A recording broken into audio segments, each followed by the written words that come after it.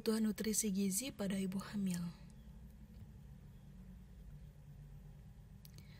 Menurut Al-Matsiar 2009, nutrisi ibu hamil adalah kebutuhan zat gizi bagi seorang ibu pada saat hamil. Zat gizi sendiri menurut Al-Matsiar 2009 merupakan ikatan kimia yang diperlukan tubuh agar bisa menjalankan fungsinya, yaitu menghasilkan energi, membangun, dan memelihara jaringan, serta mengatur proses-proses kehidupan. Nutrisi atau asupan seorang ibu di saat hamil sangat menentukan status gizi ibu hamil tersebut. Nah, menurut Al-Masyr 2009, status gizi sendiri dapat diartikan sebagai keadaan tubuh akibat konsumsi makanan dan penggunaan zat-zat gizi, dan dapat dibedakan menjadi status gizi buruk, kurang, baik, dan lebih. Berdasarkan pengertian zat gizi tersebut, zat gizi ibu hamil berarti keadaan tubuh sebagai akibat konsumsi makanan dan penggunaan zat-zat gizi sewaktu pada hamil.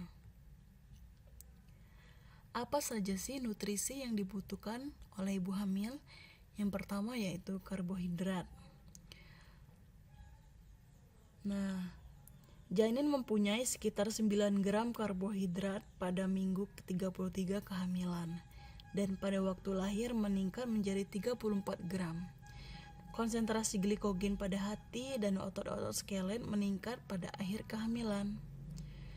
Metabolisme karbohidrat ibu hamil sangat kompleks karena terdapat kecenderungan peningkatan ekskresi dekstron dalam urin. Kebutuhan karbohidrat lebih kurang 65% dari total kalori sehingga diperlukan penambahan yang lebih lagi. Yang kedua yaitu protein. Transport protein melalui plasenta, terutama asam amino, yang kemudian disintesis oleh fetus menjadi protein jaringan. Protein dibutuhkan untuk pertumbuhan janin, uterus, payudara, hormon, penambahan cairan darah ibu, dan persiapan laktasi. Kebutuhan protein adalah 9 gram per hari, sebanyak sepertiga dari protein hewani, mempunyai nilai biologis tinggi. Kebutuhan protein untuk fetus adalah 925 gram selama 9 bulan. Efisiensi protein adalah 70%.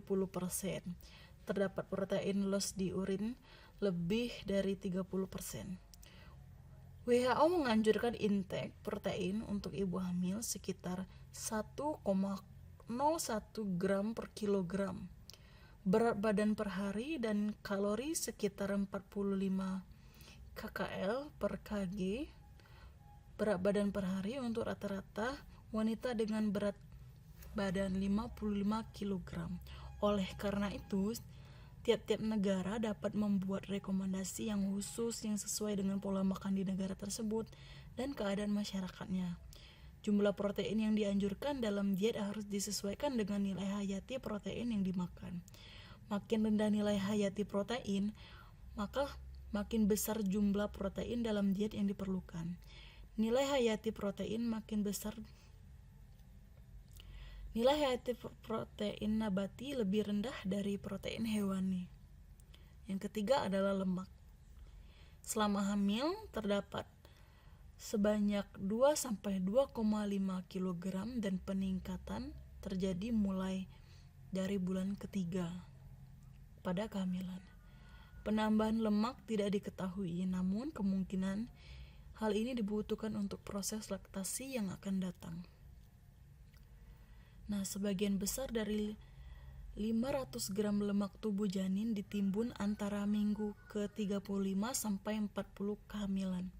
Pada stadium awal kehamilan tidak ada lemak yang ditimbun, kecuali lipid esensial dan fosfolipid untuk pertumbuhan susunan saraf pusat atau SSP dan dinding sel saraf. Sampai pertengahan kehamilan hanya sekitar 0,5% lemak dalam tubuh janin. Setelah itu jumlahnya meningkat mencapai 7,8% pada minggu ke-34 dan 16% sebelum lahir. Pada bulan terakhir kehamilan, sekitar 14 gram lemak per hari ditimbun.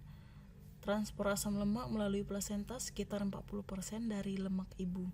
Sisanya disintesa oleh janin. Yang selanjutnya adalah zat besi atau Fe. Zat besi atau Fe ini dibutuhkan untuk pembentukan Hb, terutama hemodilusi. Pemasukan harus adekuat selama hamil untuk mencegah anemia.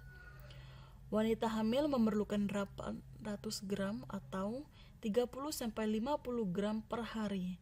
Anjuran maksimal, penambahan mulai awal kehamilan karena pemberian yang hanya pada trimester 3 tidak dapat mengejar kebutuhan ibu atau fetus dan juga untuk cadangan fetus.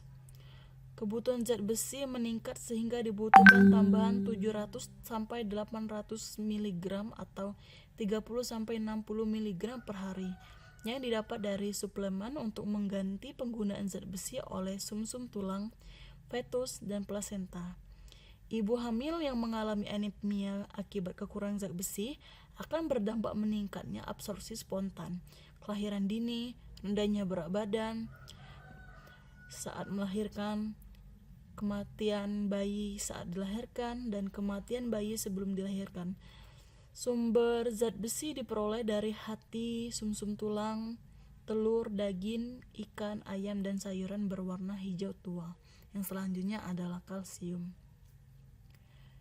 Kebutuhan kalsium pada ibu hamil mengalami peningkatan karena terjadinya peningkatan pergantian tulang atau turnover, penurunan penyerapan kalsium, dan retensi kalsium karena adanya perubahan hormonal.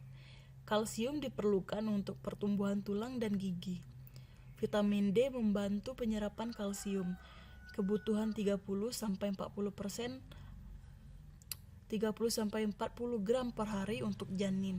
Wanita hamil perlu tambah 600 mg per hari dan total kebutuhan ibu hamil selama kehamilan adalah 1200 mg per hari. Kalsium dapat diperoleh dengan mengkonsumsi susu, keju, ikan teri, rebon kering, kacang kedelai kering atau basah, dan brokoli segar. Yang selanjutnya adalah asam folat. Asam folat ini digunakan sebagai untuk pertumbuhan janin dan eritropoiesis ibu sehingga kebutuhan asam folat pada ibu hamil akan meningkat. Anemia akibat kekurangan asam folat disebut anemia megaloblastik yang menyebabkan kekurangan oksigen. Bila hal ini berlangsung lama, akan berdampak pada kerusakan organ-organ tubuh. Rendahnya kadar asam folat pada ibu hamil menyebabkan kelahiran cacat, gangguan saraf, atau gangguan perkembangan kecerdasan atau retardasi mental. Kebutuhan asam folat pada ibu hamil sebanyak 280 gram per hari selama kehamilan trimester 1, 660 gram pada trimester kedua, dan 470 mg per hari pada trimester ketiga. Bisa didapat dari sayuran hijau, hati, dan ayam. Selanjutnya adalah kolin.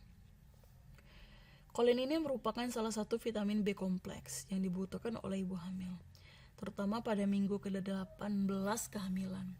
Vitamin ini dapat meningkatkan kemampuan bayi untuk membentuk hubungan antar neuron yang sedang tumbuh pesat. Kolin bisa didapat dari kuning telur, daging tanpa lemak, ragi, kedelai, hati, otak, ginjal, dan jantung. Selanjutnya adalah vitamin E. Vitamin E berfungsi sebagai antioksidan yang dapat melindungi tubuh dari radikal bebas yang dapat menyebabkan kerusakan kromosom atau jaringan sel bayi, terutama paling rawan terjadi pada tahap-tahap awal kehamilan. Vitamin E dapat ditemukan pada gandum, sayuran hijau, biji-bijian, kedelai, minyak biji kapas, dan minyak jagung. Yang selanjutnya adalah vitamin A. Kebutuhan ibu hamil akan vitamin A harus dipenuhi, yaitu sekitar 500 ml. Kekurangan vitamin A selama kehamilan dapat menyebabkan bayi prematur dan perlambatan pertumbuhan janin. serta rendahnya berat badan bayi saat dilahirkan. Dampak negatif dari kekurangan vitamin A dapat dicegah dengan mengkonsumsi hati, susu, ikan laut, sayuran, dan buah berwarna hijau atau kuning. Selanjutnya adalah vitamin B1. Kekurangan vitamin B1 akan meningkatkan jumlah kasus kelahiran sebelum waktunya dan gangguan perkembangan janin. Vitamin B1 bisa dipenuhi kebutuhannya dengan mengkonsumsi biji-bijian, kacang-kacangan, padi-padian, dan daging. Selanjutnya ada iodin. Iodin adalah salah satu mineral yang dibutuhkan ibu hamil.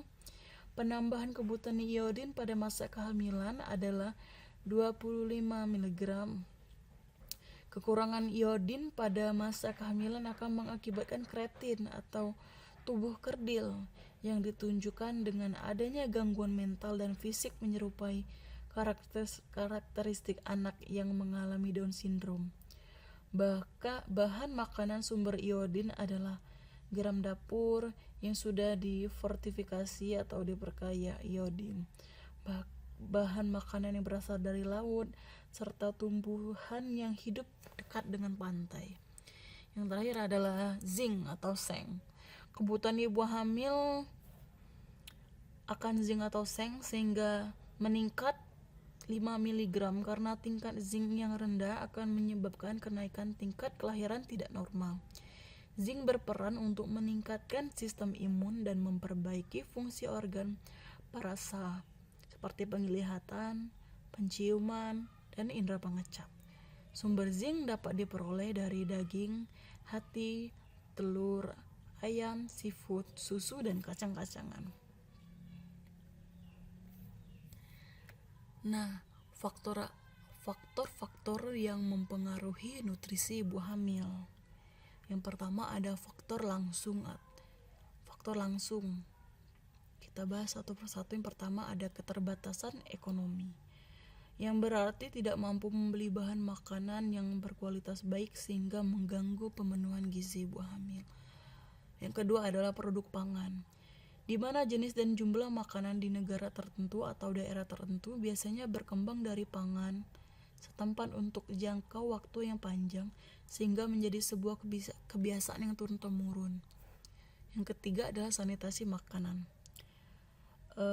Sanitasi makanan ini adalah penyiapan, penyajian, dan penyimpanan.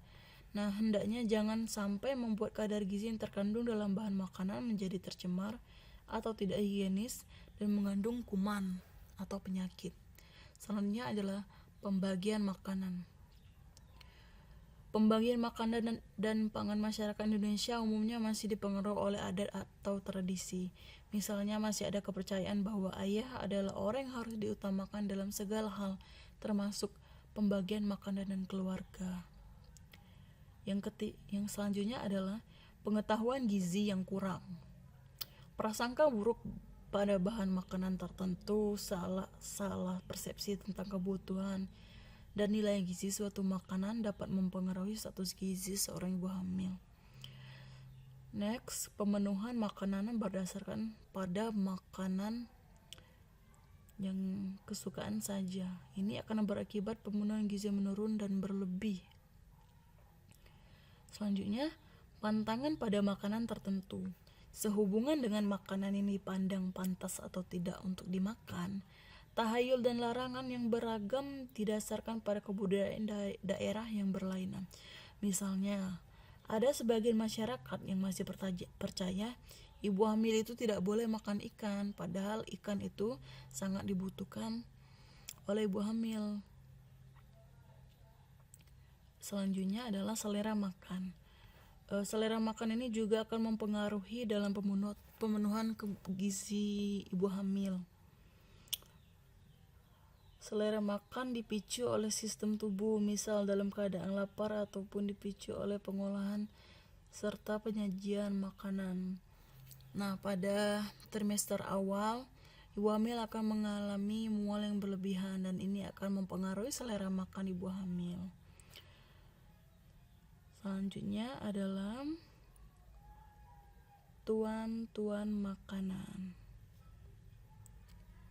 Baik, faktor yang kedua yaitu faktor tidak langsung. Pertama adalah pendidikan keluarga. Faktor pendidikan dapat mempengaruhi kemampuan menyerap pengetahuan tentang gizi yang diperolehnya melalui berbagai informasi. Yang kedua adalah faktor budaya. Faktor budaya ini adalah masih ada kepercayaan untuk melarang makan makanan tertentu yang jika dipandang dari segi gizi sebenarnya hal itu sangat baik dan sangat dibutuhkan untuk terutama pada saat sedang hamil. Yang ketiga adalah faktor fasilitas kesehatan. Fasilitas kesehatan sangat penting untuk menyokong status gizi kesehatan dan gizi ibu hamil, di mana sebagai tempat masyarakat memperoleh informasi tentang gizi dan informasi kesehatan lainnya, bukan hanya dari segi kuratif tetapi juga dari segi preventif dan rehabilitatif. Nah, apa saja sih akibat gangguan gizi pada pertumbuhan janin? Yaitu yang pertama ada kekurangan energi dan protein. Meskipun kenaikan berat badan ibu kecil selama trimester 1 kehamilan, namun sangat penting artinya karena pada waktu inilah janin dan plasenta dibentuk. Kegagalan kenaikan berat badan ibu pada trimester 1 dan 2 akan meningkatkan bayi lahir dengan protein rendah atau BBLR. Hal ini disebabkan adanya kekurangan energi dan protein tersebut akan mengakibatkan ukuran plasenta kecil dan kurangnya suplai zat makanan ke janin. Yang kedua, anemia gizi. Anemia gizi merupakan masalah gizi dengan prevalensi tinggi pada ibu hamil, terutama di negara berkembang. Anemia gizi terjadi akibat kekurangan Fe, asam folat, dan vitamin B12.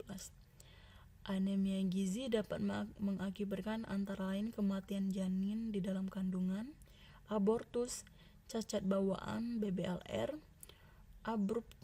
abruption plasenta, cadangan zat besi yang berkurang pada bayi yang dilahirkan sudah dalam keadaan anemia, sehingga mortalitas dan morbiditas ibu dan kehamilan perinatal secara bermakna lebih tinggi.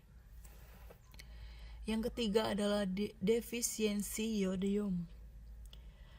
Defisiensi yodium pada ibu hamil dalam trimester pertama kehamilan merupakan faktor utama terjadinya kreatin endemik. Pemberian yodium pada wanita di daerah endemik dapat mengurangi angka kejadian kreatin endemik.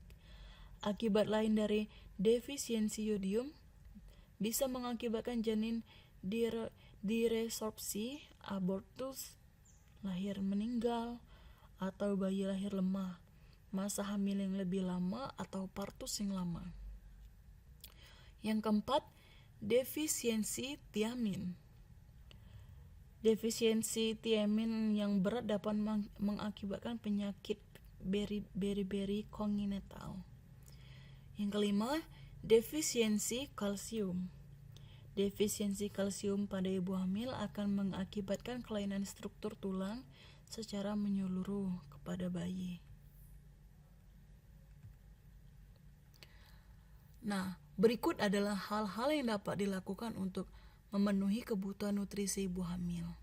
Yang pertama adalah makan pagi setiap hari. Jika sulit untuk makan pagi, baik karena mual ataupun morning sickness yang dialami, bisa dicoba dengan alternatif makan roti gandum saat bangun tidur. Sertakan pula buah, oatmeal, sereal, serta susu rendah lemak ataupun yogurt yang dapat memicu. Yang kedua adalah makanlah makanan berserat tinggi dan perbanyaklah asupan cairan dari air putih ataupun jus buah, serta rajin berolahraga untuk mencegah konstipasi. Olahraga yang dapat dicoba tersedia ada berbagai macam olahraga yang bisa dilakukan oleh ibu hamil. Di antaranya adalah senam hamil, yoga untuk ibu hamil, dan olahraga ringan yang aman untuk ibu hamil lakukan. Selanjutnya adalah terapkan pola makan sehat dengan menu sereal gandum, sayuran, buah, dan kacang-kacangan. Yang terakhir, hindari makanan pedas dan berlemak, berkafein, alkohol, dan soda. Terlebih jika ibu hamil tersebut menderita penyakit MAH. Disarankan makan dengan porsi kecil namun sering, serta hindari berbaring setelah makan. Ini adalah sumber referensi dari materi kita pada kali ini. Terima kasih. Setelah mengetahui informasi mengenai kebutuhan nutrisi gizi untuk ibu hamil, sekarang saya akan memberikan resep sederhana menu sarapan sehat untuk memenuhi kebutuhan nutrisi gizi seimbang untuk ibu hamil. Tentunya menggunakan bahan-bahan yang sederhana yang bisa kita temui di dapur kita. Tanpa berlama-lama, bahan-bahan yang kita butuhkan yang pertama adalah oatmeal, kurma, buahnya saya memakai buah naga, dan susu. Susu bisa kita ganti dengan jus sayur dengan ditambah yogurt. Buahnya bisa kita ganti dengan buah pisang, buah kiwi, buah strawberry sesuai dengan selera. Dan kurma bisa kita ganti dengan kacang-kacangan seperti granola. Baiklah, tanpa berlama-lama, langsung saja kita buat menunya sarapan sehat untuk memenuhi kebutuhan gizi seimbang ibu hamil.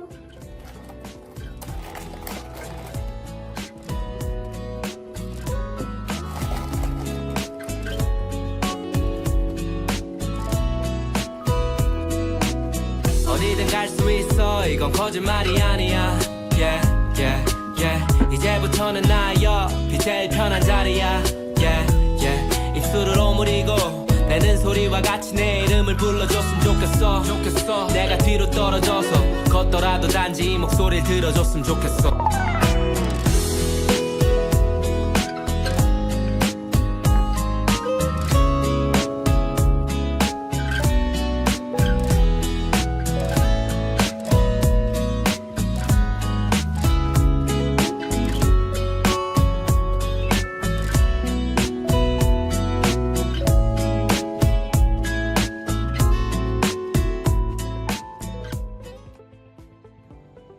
Nah, menu sarapan simpel dan sehat yang dapat memenuhi kebutuhan nutrisi ibu hamilnya sudah siap. Bagaimana? Mudah kan? Nah, selain menjaga pola makan, tentunya ibu hamil juga harus melakukan olahraga yang rutin sesuai dengan kebutuhan ibu hamil dan menjaga istirahat yang cukup supaya dapat mempersiapkan persalinan yang normal dan sehat, dan tentunya juga untuk kesehatan ibu dan bayinya nanti. Semoga video ini bermanfaat. Terima kasih.